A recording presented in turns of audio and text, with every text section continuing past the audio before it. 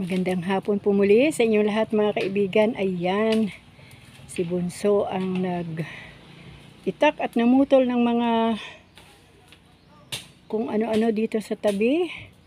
Kasi sabi ko sa kanya masyado na masukal, hindi na natin makita ang paligid natin lalo paggabi. Kaya ayan, tinanggal po niya yung mga tanim niya. Ayan o. Ayan, pinutol niya. Para hindi po masyadong masukal. Ayan, nandun siya. Tingnan natin. Kasi sabi niya, wag daw ako, baka hindi ako kilala ng mga kulipaw. Huy, mga kulipaw pala. Yan. O diba mga kaibigan? Ang galing. At lilinisin namin itong buong area na to. Kaya talagang gusto kong matanggal na yan dyan, yung ano na yan, bunot na yan. Malaki-laki na po, halos kalahati na po yan ang nasunog. At para malinis na po yung area na to. Gusto mo yung ano, brick doon? Kuhanin ko yung kahoy. Yan na. Ano yan yung Brick man yung isang meeting. This is the latest. The latest ano, kalaykay? Ay, buhay. Yan. Yan lang ang buhay mga kaibigan dito sa isla.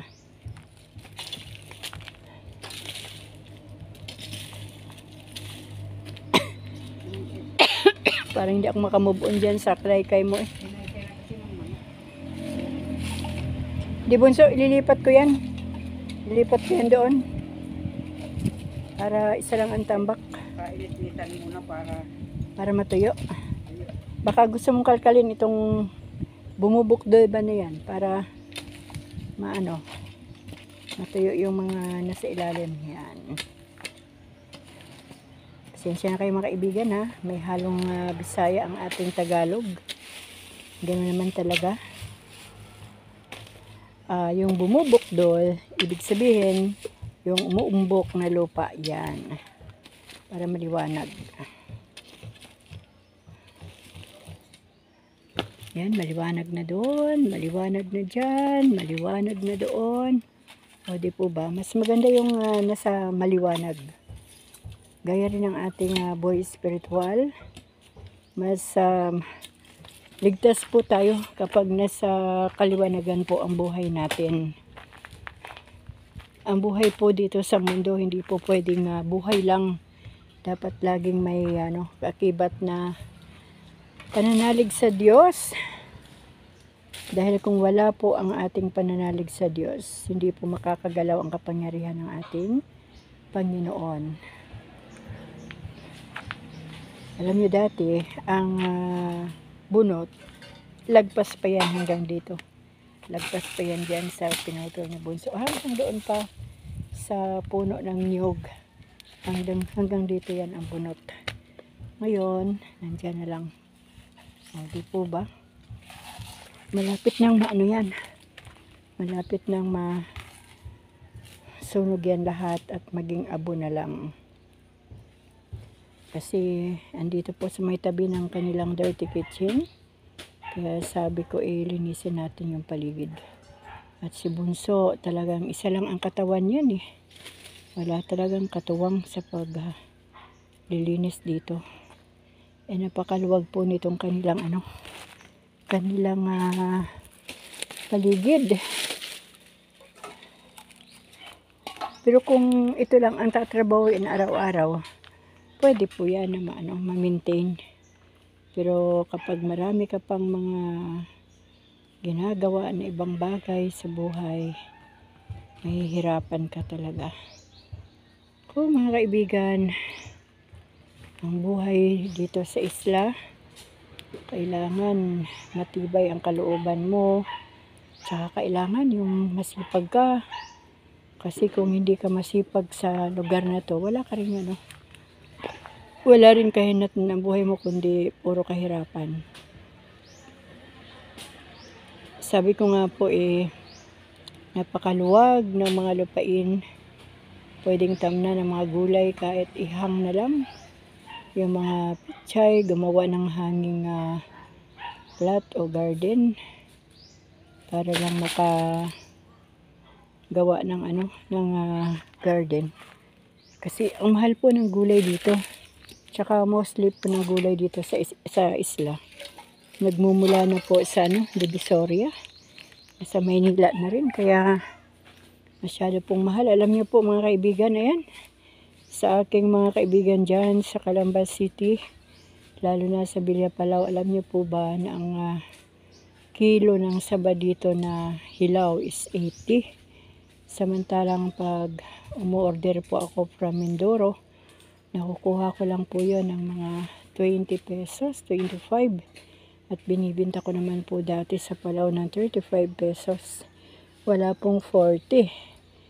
Minsan 30 nga. Kasi siyempre, atin ding dinadama yung kalagayan ng mga tao. Hindi po lahat ng mga tao sa city ay talagang maunlad ang buhay. Marami din pong nahihirapan talaga. Mayroon din mga naghihikahos.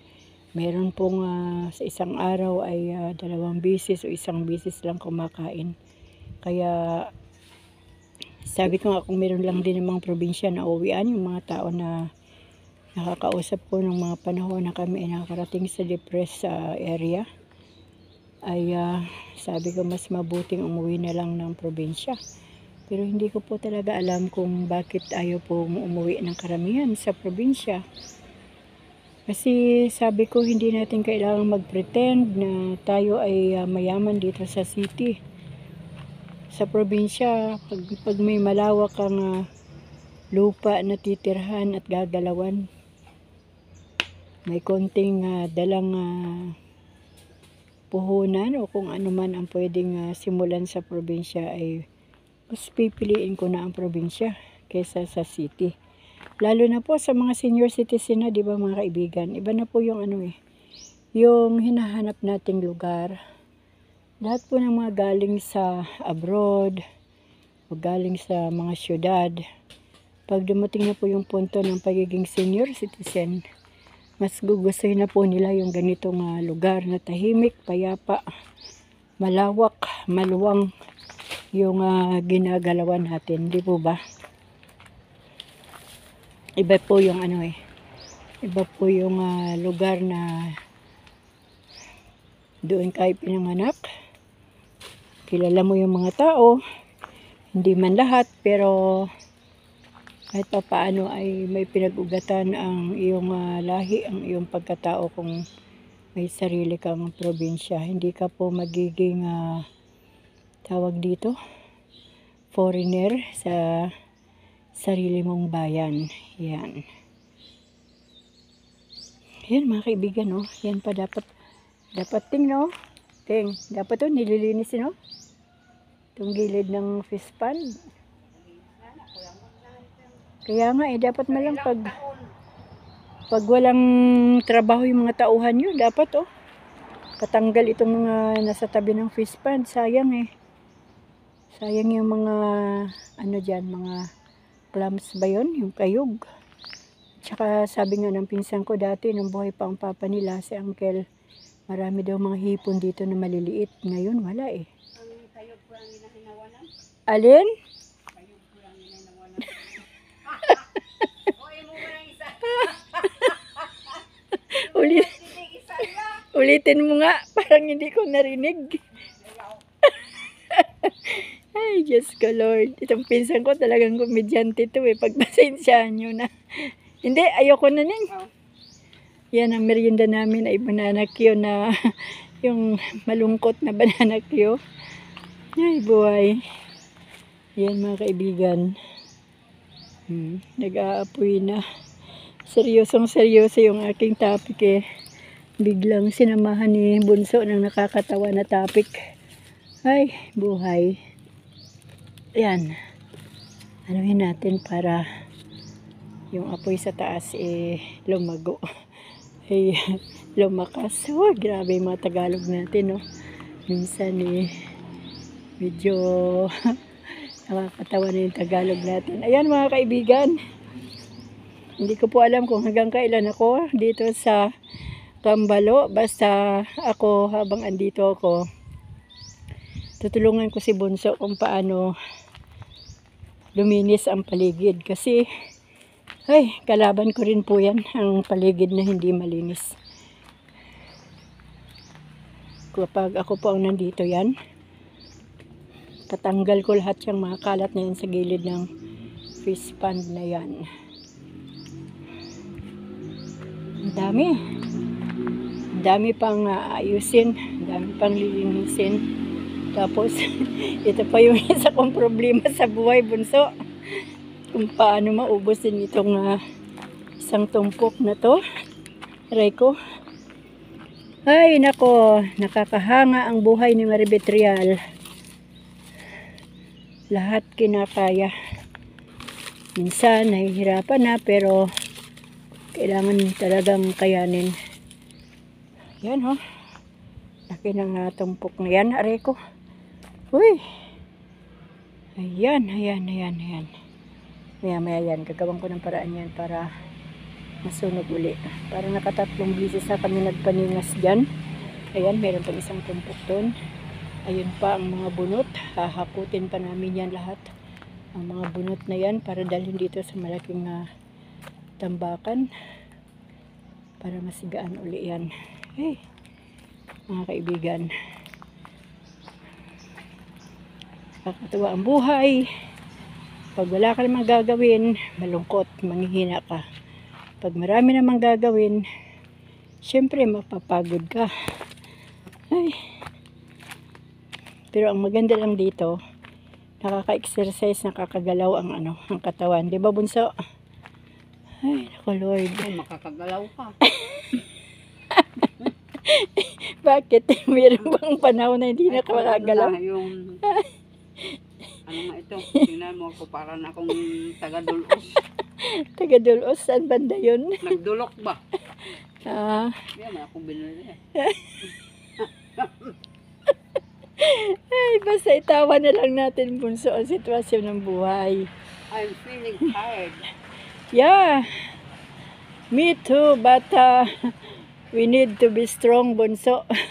Marami pa tayong project. Hindi pa nga tayo, nagsisimula pa lang tayo eh. Ay. Bago tapos tong project natin, tapos na tayo nito. Wag naman. Bunso, pwede bang putulin itong dalawang dahon ng nyug? Kasi nasisira yung bubong, oh. Kasi ayokong pumutol eh. Kasi sabi mo nga, maraming kulipaw, hindi ako kilala. Pero kapag akong pumutol yan, makikilala na nila ako, no? Tama ba? Ako na. Magpapakilala tayo, siyempre. Nasaan yung itak mo? Ako na, mamaya. Ikaw na lang. Makita nyo, ayaw niya talaga ako ang pumutol. Pakilala mo kasi ako. Ay. Diyos ko, Lord. Ayan, mga kaibigan, ayan, panibagong video na naman po natin. Pinakita ko po sa inyo yung aming mga activities ni Bunso dito sa kanyang paraiso. Bunso, baka bago malang ako umuwi ng Laguna, wala na lahat ng puno dito sa paligid mo. Malamang. Uubusin natin yung mga puno na yan. Ay, Diyos ko Lord. Anong huni ng kuko? Slim na ang huli ng kuko. Bakit kaya? Natakot. Pati kuko, takot na. Sabi ng kuko, Mahina na ha. Hindi kagaya ng dati kasi lagi kong sinisigawan yung mga kukok na yun pag humuhuni. Natakot na siguro. Yan mga kaibigan, hanggang dito na lang po muna ang ating vlog for today. Nakailang vlog na po ba tayo? Pero sana po ay ma-enjoy nyo lang ang aming mga activities ni Bunso dito sa kanyang paraiso. Ayan po. Marami pong walisin pero okay lang yan. At least may winawalisan, di po ba?